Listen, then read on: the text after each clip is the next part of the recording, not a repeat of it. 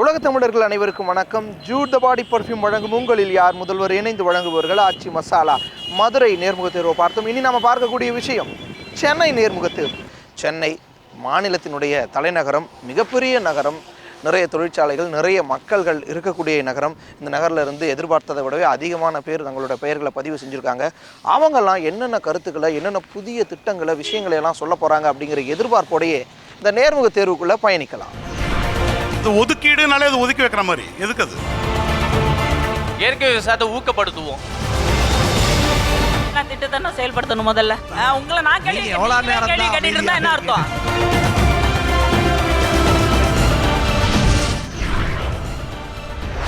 Jude உங்களில் யார் முதல்வர் இணைந்து வழங்குபவர்கள் ஆச்சி மசாலா. இந்த நிகழ்ச்சியினுடைய சென்னை நேர்முக தேர்வு இப்போ தொடங்க இருக்கு.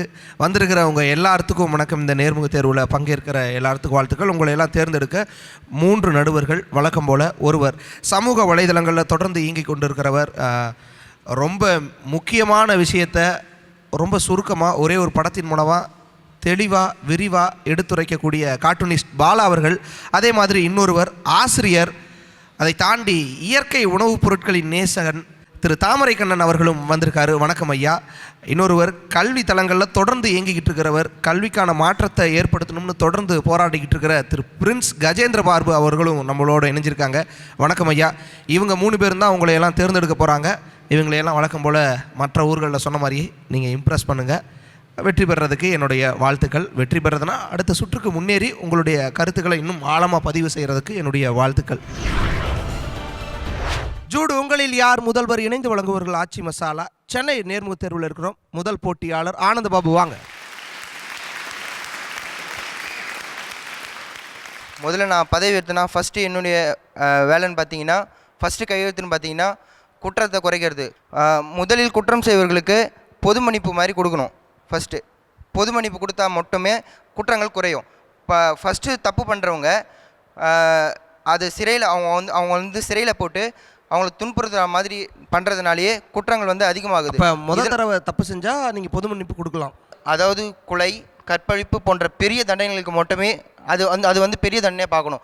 சின்ன சின்ன திருட்டு பண்ணுறாங்கன்னா அவங்கள ஒரு தடவை நான் திருடிக்கலாம். அது முதல்ல போயிட்டு என்ன பிரச்சனை அப்படின்னு முதல்ல அவங்களுக்கு காமிக்கணும். அப்போ குற்றவாளிகளுக்கு வந்து என்ன தான் தீர்வு? ஒரு சின்ன பையன் ஒரு சின்ன குற்றம் பண்ணுறான் அப்படின்னா நெக்ஸ்ட்டு உள்ளே போகும்போது அவன் வெளில வந்த பிறகு அவன் வந்து குற்றவாளி அப்படின்னு ஒரு முத்திரை கொடுத்தப்பட்டுடுறாங்க. இதனாலே வந்து தவறுகள் வந்து அதிகமாகுது. தவறை வந்து குறைச்சாலே போதும், நாடு சுபிக்ஷமாக இருக்கும். நன்றி. அடுத்த போட்டியாளர் ராமலிங்கம், வாங்க.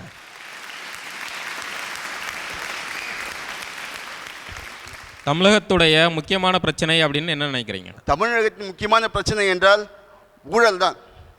ஊழலை ஒழித்தாலே பாதி பிரச்சனை குறையும். அந்த ஊழல் ஏன் ஏற்படுகிறது என்றால் மக்களின் எப்படி ஒழிக்க போறீங்க ஊழல் ஐயா? எப்படி ஊழலை ஒழிக்க போறீங்க? ஊழலை ஒழிக்க வேண்டும், மருத்துவம், கல்வி இலவசமாக தர வேண்டும். 2வது வீடு வாங்க வேண்டும் என்றால் நிலம் வாங்க வேண்டும். அதற்காக கட்டுமானம் செய்ய வேண்டும் என்று பல லட்சங்கள் தேவை. அதனால் அவன் வரம்புக்கு மீறி சம்பாதிக்கிறான், அல்லது ஒரு லஞ்சம் வாங்குகிறான், அல்லது ஏமாற்றுகிறான். அரசாங்கம் வீடு வழங்கும் பொழுது அவனுக்கு தேவைகள் குறைகிறது. சொந்த 10 லட்ச ரூபா வீடு வாங்கினா வச்சு உங்களுக்கு மாதம் 10,000 ரூபா கட்டணும். 50 லட்ச ரூபா வீடு கட்டினா 50,000 ரூபா கட்டணும். ஆனால் அரசாங்கம் 5,000 ரூபா வீடு வாடகை கொடுத்தாச்சுனாக்கா நிரந்தரமாக வீடு இருக்கு அவனுக்கு. இவை வழங்கினாலே மனிதன் தேவைகள் குறைகிறது. மனிதன் தேவைகள் குறைந்தாலே ஊழல்கள் குறையும், பண வசதிகள் குறையும். குடிநீரை உத்தரவாதப்படுத்தணும்னு சொன்னால் நீர் வரத்து வேண்டும். அப்போது நீர் வரத்துக்கு நீங்கள் என்ன பண்ணுவீங்க? ஆற்று நீர் பிரச்சனையில் நீங்கள் என்ன கவனம் செலுத்துவீங்க? தமிழகத்தில் நதிகள் உருவாவதில்லை. அண்டை மாநிலங்களாக ஆந்திரா, கேரளாவில் தான் நதி உருவாகிறது. நம்ம அவரை நம்பி இருப்பதில்லை. முன்பெல்லாம் அணை கட்டவில்லை, இப்போ அணை கட்டுகிறார்கள். நான் தடுப்பணைகள் கட்டலாம், குளங்களை வெட்டலாம்.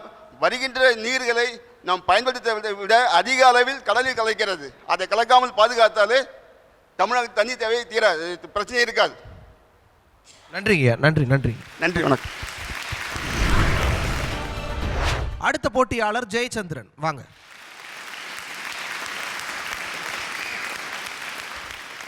இன்றைய சூழலில் முக்கியமான பிரச்சனை என்னென்ன அப்படின்னு நீங்கள் சொல்லுங்கள். சரி, முக்கியமான பிரச்சனைக்கு நம்ம முதல்ல வந்து பிரச்சனைக்கு போகிறத விட நான் என்ன நினைக்கிறேன் அப்படின்னா, இன்னிலேருந்து என்ன பண்ணணுமோ அதை ஆரம்பிக்கணும்.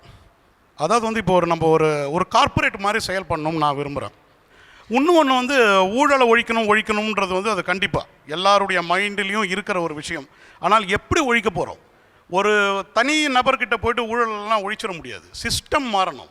இலவசமாக எதுவுமே கொடுக்க மாட்டோம் எஜுகேஷனை தவிர. மருத்துவம் மன்னித்துக் கொள்ளுங்கள், எஜுகேஷன் மருத்துவத்தை தவிர வேறு எதுவும் இலவசமாக. நான் இலவசம்னு சொல்ல வர்றது என்னென்னா, உங்களுக்கு அத்தியாவசிய தேவையான பொருட்கள் பல விஷயங்கள் இலவசமாக கிடச்சிட்டு இருக்கு. அது எதுவுமே எங்கள் ஆட்சியில் கிடைக்காது. இடஒதுக்கீடை பற்றி நான் இடஒதுக்கீடுன்றது என்னை பொறுத்த வரைக்கும் மிகப்பெரிய சாப்டர், மிகப்பெரிய சாப்டரை பற்றி என்ன நினைக்கிறீங்க? அது ஒதுக்கீடுனாலே அது ஒதுக்கி வைக்கிற மாதிரி எதுக்கு அது? இல்லை, ஒதுக்கி வைத்தவர்களை முன்னுக்கு கொண்டு வருவது தான் இடஒதுக்கீடு. அது ஒரு அஃபர்மேட்டிவ் ஆக்ஷன். நான் ஒதுக்கியே வைக்க கூடாதுன்றேன். எதுக்காக ஒதுக்கி வைக்கிறீங்க? யாரை ஒதுக்கி வைக்க கூடாதுன்னு சொல்றீங்க? கவர்மெண்ட் யாரையும் ஒதுக்கியே வைக்க கூடாது. இடஒதுக்கீடு வேண்டாம். இடஒதுக்கீடு அவசியம் இல்ல. 2000 வருஷமா படிக்காத இருந்தவன் ஒருத்தர் இருக்கிறான், 2000 வருஷமா படிச்சுக்கிட்டே இருந்தவன் ஒருத்தர் இருக்கிறான். இப்ப 2000 வருஷமா படிக்காம இருக்கிறவனுக்காக தான் இடஒதுக்கீடு கேட்கிறோம். நீங்க சொல்வதை போல ஒரே சுடுகாடு எல்லோரும் அர்ச்சகராகலாம் என்ற நிலை வந்த பிறகு வேண்டுமானால் இடஒதுக்கீட்டை பற்றி நம்ம பேச வேண்டாம்னு சொல்லலாம். ஆனால் அப்படி ஒரு நிலை உருவாகும் வரை இடஒதுக்கீடு தேவைதானே சார்? படித்தவனோட நிலை இன்னும் மேம்படுத்தப்பட வேண்டும், படிக்காதவனுடைய நிலை இந்த நிலைக்கு வர வேண்டும். படிக்க வைப்பதற்கு தானே நாங்கள் இடஒதுக்கீடு கேட்கிறோம். அதுதான் நான் கொண்டு வரேன்னு சொல்லிட்டு இருக்கேன். இடஒதுக்கீடு சமத்துவம் வரும் வரை நீடிக்கும், அப்படிதானே? நீடிச்சு தீரணும். கண்டிப்பா. நன்றிங்க. நன்றி.